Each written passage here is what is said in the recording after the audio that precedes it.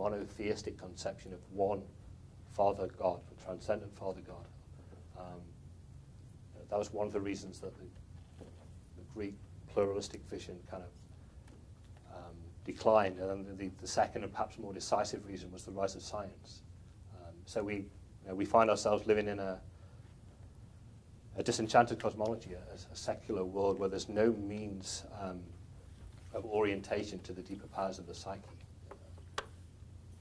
So depth psychology, the emergence of depth psychology provided one way to relate oneself to the gods, but now the gods were conceived as complexes and archetypes and instincts, no longer as beings out there in the sky or on Mount Olympus, but as inner principles, inner psychological principles.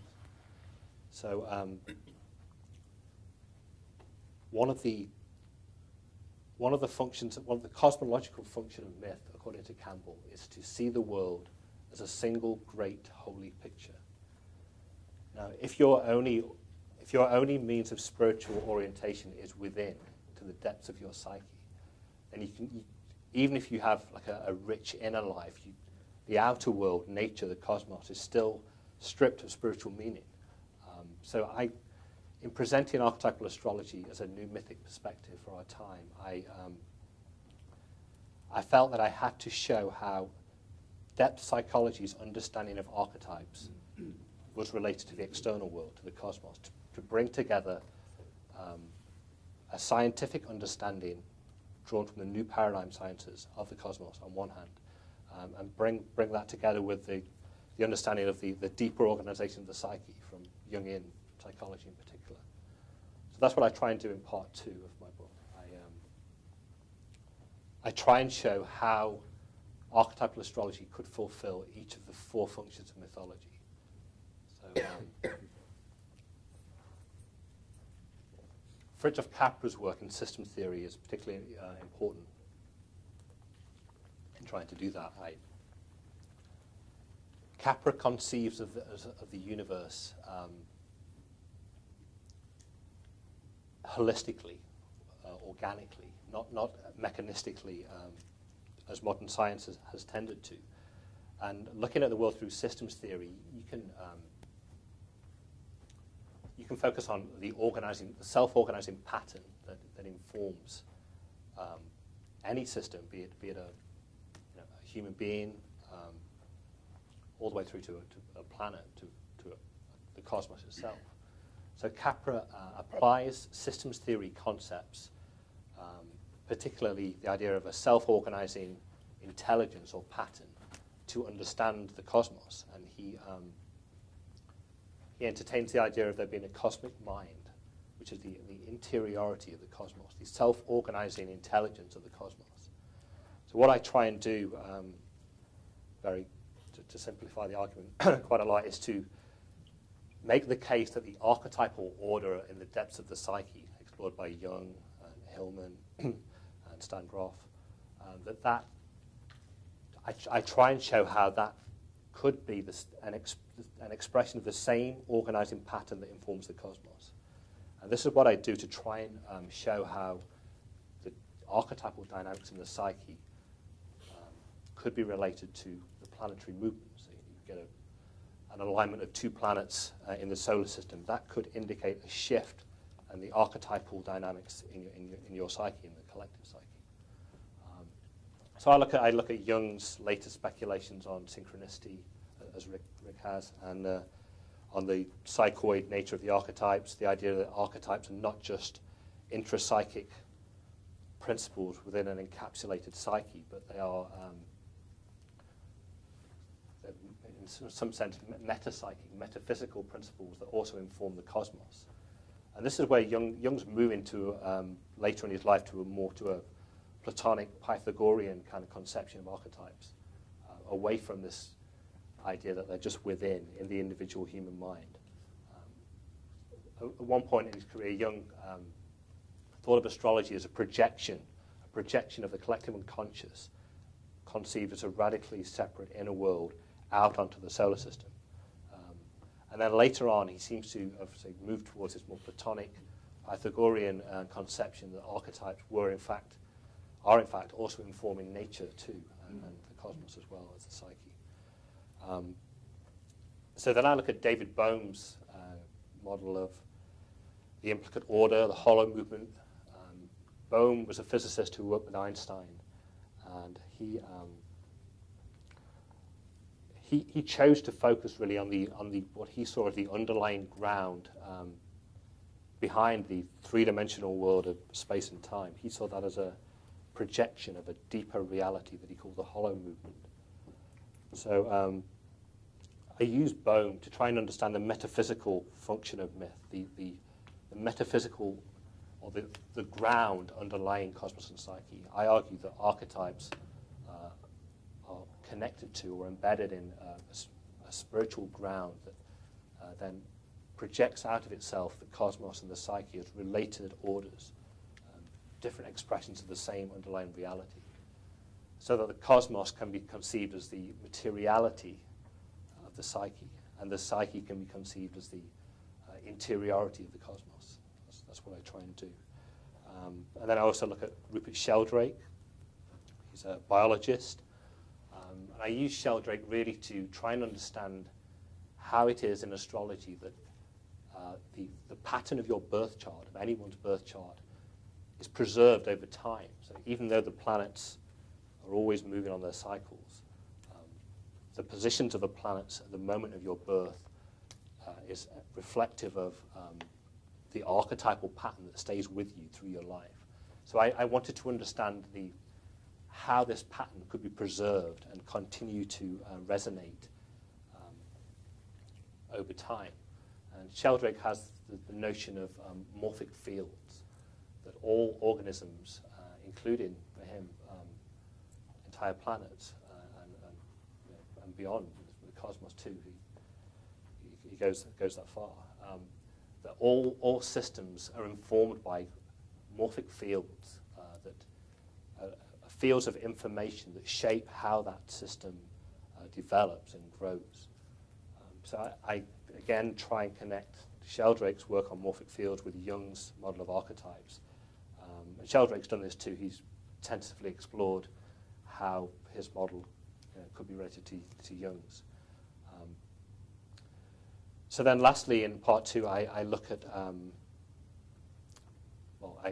two things really. It's a comparison of Teilhard de Chardin and Jung, and then a comparison of Rick's understanding of planetary archetypes with Brian's understanding of cosmological powers. So what I try and do in that chapter is to understand individuation in terms of evolution and from a cosmological perspective. Often when we think about our own personal spiritual growth or psychological growth, we don't connect that to evolution. We don't think of our own individuation or psychological transformations as being an expression of the cosmos itself. And so by presenting a cosmological interpretation of Jung, I want to, again, heal this or bridge this dichotomy between inner and outer, so that we no longer just think of our inner experience as being something divorced, abstracted from the outer world, from nature, but as being an expression of that. And I found that Teilhard and Brian Swim's work really helped do this. It helped give a cosmological context to Jung and Rick's work in planetary archetypes. They just seem to be converging.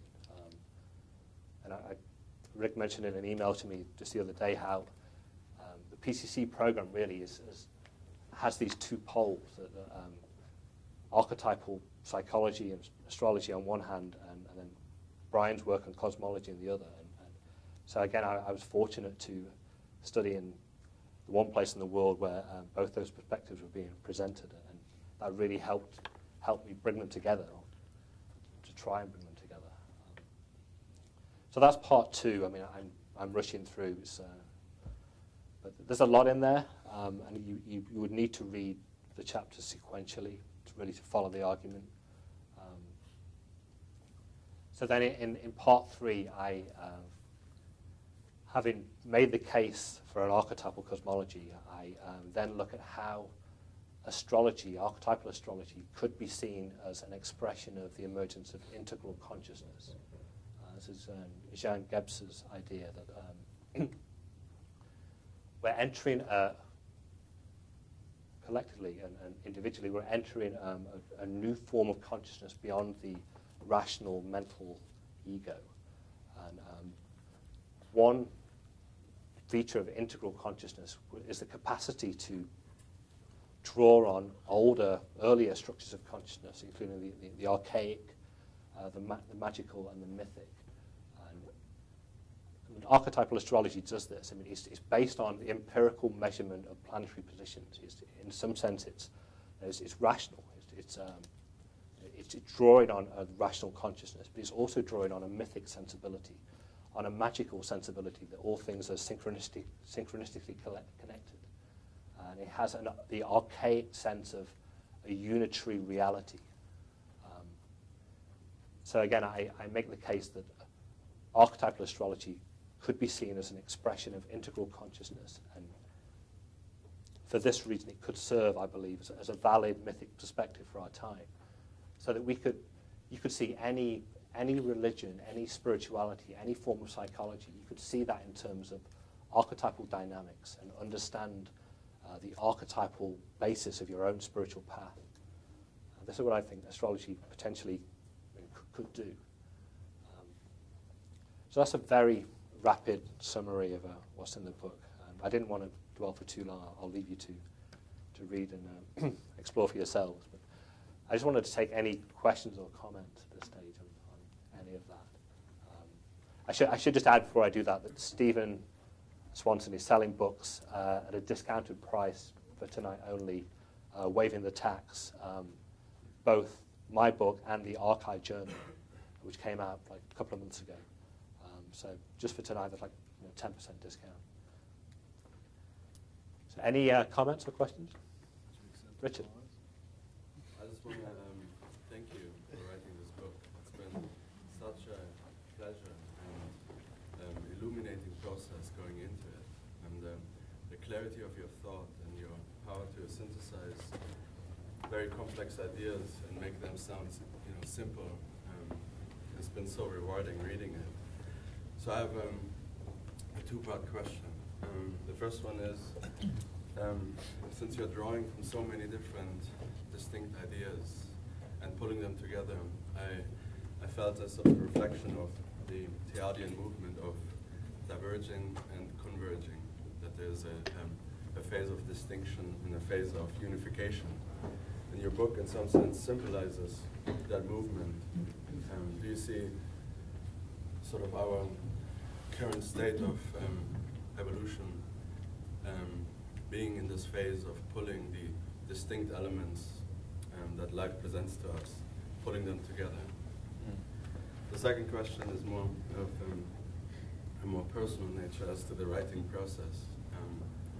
I'm reading Rilke, the Letters to a Young Poet, in which he says to Kappas, the young poet that he's addressing, that the one question above all that he should ask himself is, must I write?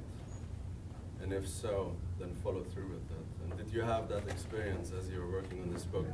That you had to work on this, that it was more than, that it was a sort of a soul journey that had to happen?